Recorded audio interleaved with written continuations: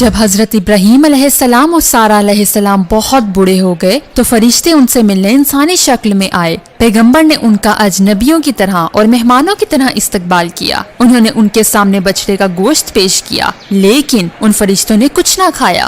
حضرت ابراہیم علیہ السلام کچھ خوفزدہ سے ہو گئے۔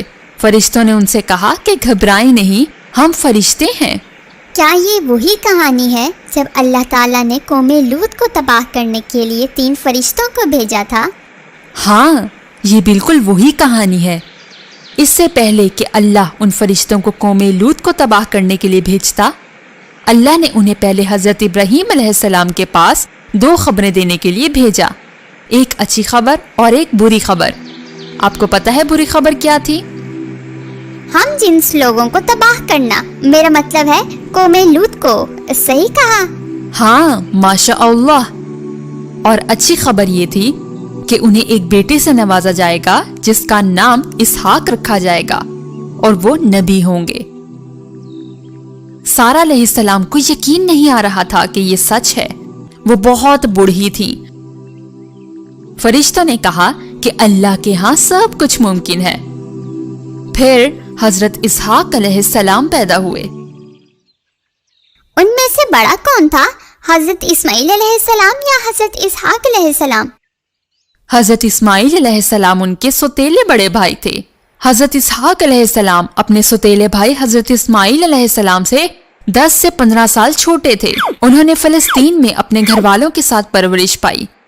جب ان کی شادی کا وقت آیا تو ان کے والد حضرت ابراہیم علیہ السلام ان کی شادی کسی غیر مسلم سے نہیں کرنا چاہتے تھے،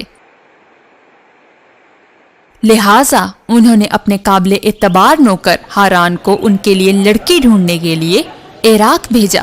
آخرکار ان کی شادی ایک بہت نیک عورت سے ہوئی اور ان کے 2 بیٹے ہوئے، عیس اور حضرت یعقوب علیہ السلام۔ لیکن انگلش میں تو میں نے حضرت یعقوب علیہ السلام کے بارے میں نہیں سنا، کیوں؟ کیونکہ حضرت یعقوب علیہ السلام کو انگلش میں جیکب کہا جاتا ہے۔ یعقوب اور جیکب ایک ہی شخصیت ہیں۔ حضرت اسحاق علیہ السلام نے سرزمین کنعان میں لوگوں کو اللہ کی طرف بلایا۔ وہ بڑھاپے میں نابینا یعنی اندھے ہو گئے اور اپنے بیٹے حضرت یعقوب علیہ السلام کے ساتھ ہبرون کے ایک گاؤں میں رہنے لگ پڑے جو کہ فلسطین میں واقع ہے۔